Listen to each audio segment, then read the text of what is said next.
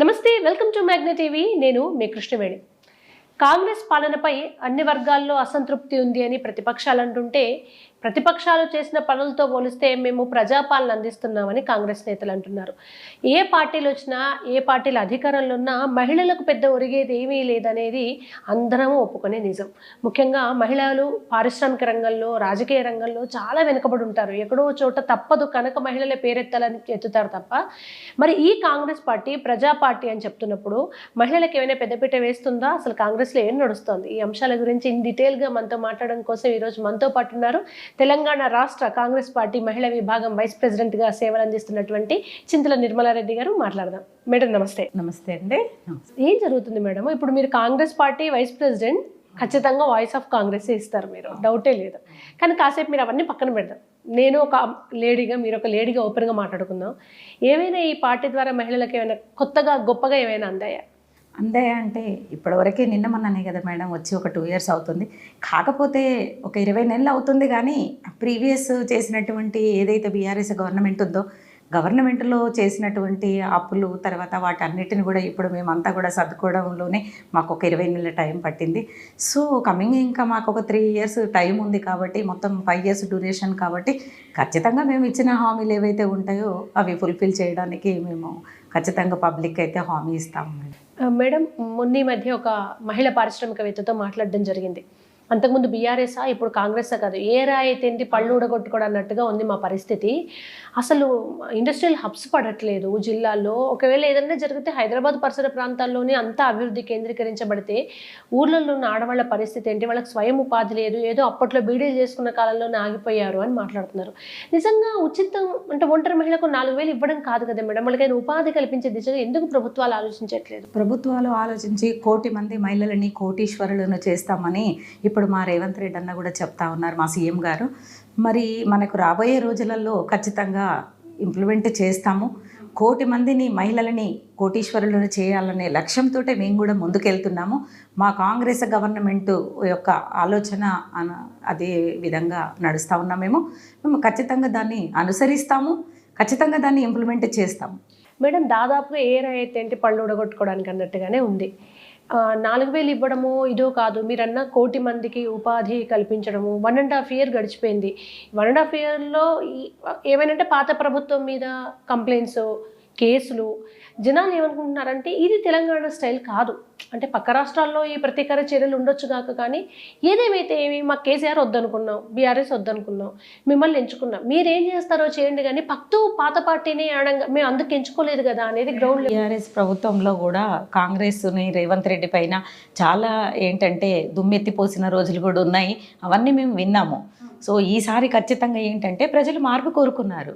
10 ఏళ్ళు బీఆర్ఎస్కి ఇచ్చాం పరిపాలన. సో పబ్లిక్ అంతా చూస్తూనే ఉంటారు మనం ఏం చేస్తున్నది కూడా. కళ్ళు మూసుకొని పిల్లి పాలు తాగుతుంది అనుకుంటాం, కానీ అది దాని భయం దానికే ఉంటుంది.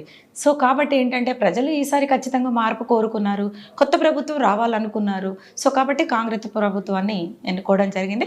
ఖచ్చితంగా మేము మాకు ఏదైతే ఈ 5 years డ్యూరేషన్ పీరియడ్ ఉందో, ఖచ్చితంగా మేము ఇచ్చినటువంటి 6 గ్యారెంటీలు ఏవైతే ఉన్నాయో అవి ఖచ్చితంగా ఈ టైం లోపు కంప్లీట్ చేసి మళ్ళీ మేము నెక్స్ట్ 5 years మాదే లీడింగ్లోకి వస్తుందని చెప్పేసి ఫుల్ ఎక్స్పెక్టేషన్తో మేము ఎక్స్పెక్టేషన్స్తో ఉన్నారు. గ్రౌండ్ లెవెల్ అసలు అలా లేదు మేడం. కాంగ్రెస్ అంటే అందరు అనేది ఏంటంటే ఓకే, వ్యతిరేకత అనేది సహజమే ఏ ప్రభుత్వం మీదైనా, ఎందుకంటే అనేక ఆశలతోటి ప్రజలు గెలిపించుకుంటారు, అవన్నీ నెరవేరవు, దాంట్లో వ్యతిరేకత వస్తుంది. కానీ విత్ ఇన్ షార్ట్ టర్మ్ అంటే 1.5-2 yearsలో ఇంత వ్యతిరేకత ఎట్లా మూడగట్టుకుంది? అసలు రేవంత్ గారు అన్ని రంగాలు కుదేల్లో ఉన్నాయి, ఎక్కడ చూసినా నష్టాలు, రియల్ ఎస్టేట్ పడిపోయింది అంటున్నారు.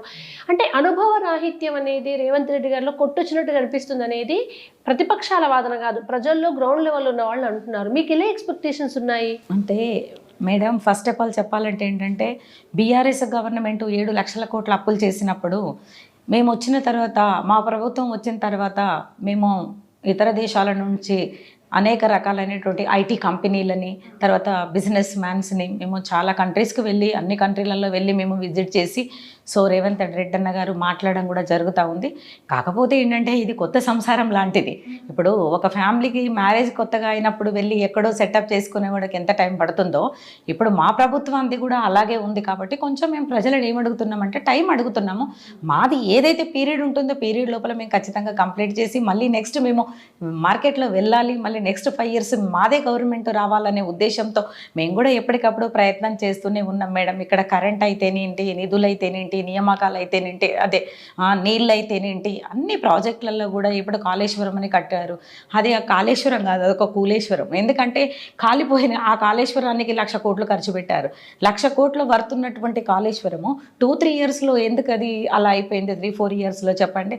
సో ఇట్లా చెప్పుకుంటా పోతే తెలంగాణ బీఆర్ఎస్ గవర్నమెంట్ అంతా కూడా మొత్తం లూటీ చేసి ఇవాళ ఏమి లేకుండా ఇలా ప్రజలు మార్పు కోరుకున్నందుకు కాంగ్రెస్ ప్రభుత్వానికి కట్టబెట్టారు. సరేలే, ఓకే, మంచిదే. సో మేము కూడా ఇవాళ ప్రజలను మెప్పించడానికి మా ప్రయత్నం మేము చేస్తూనే ఉన్నాము. ఖచ్చితంగా మేము ఇచ్చిన 6 గ్యారెంటీలు ఏవైతే ఉన్నాయో ఖచ్చితంగా నెరవేరుస్తాము.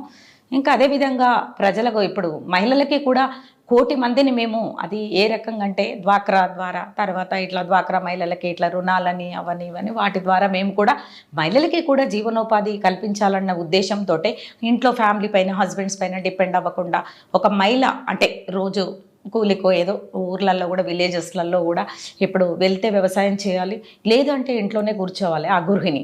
కాబట్టి ఏంటంటే మహిళలకు డ్వాక్రా సంఘాల ద్వారా, లేదంటే పొదుపు సంఘాల ద్వారా ఇట్లా రకరకాలుగా మేము కూడా ప్రయత్నం చేస్తూ ఉన్నాము. సో ప్లాన్స్ అన్నీ కూడా ఇప్పుడిప్పుడే మేము సక్సెస్ చేస్తూ ఉన్నాం. రాబోయే రోజులు కూడా మేము ఖచ్చితంగా ఇంప్లిమెంట్ చేయించి చూపిస్తాం పబ్లిక్కి. కాకపోతే కొంచెం టైం బీయింగ్ అంతేగాని ఖచ్చితంగా మేము నెరవేర్చడానికే వచ్చాం. ఈసారి నెరవేర్చకపోతే నెక్స్ట్ టైం మాకు మళ్ళీ మేము ఓట్లు అడుక్కునేది ఎలా, మేము ఇంటింటికి వెళ్ళి మేము ఏమని చెప్తాం, ఎలా మొహం చూపించుకుంటాం, అది మాకు కూడా ఉంది మేడం. ఖచ్చితంగా చేస్తాము, మేము చేసి చూపిస్తాం. అండ్ మేడం, మహిళలకు చాలా హామీలు ఇచ్చింది ప్రభుత్వం. ఉచిత బస్సు లాంటివి నెరవేరుతున్నాయి. వాటి మీద వచ్చే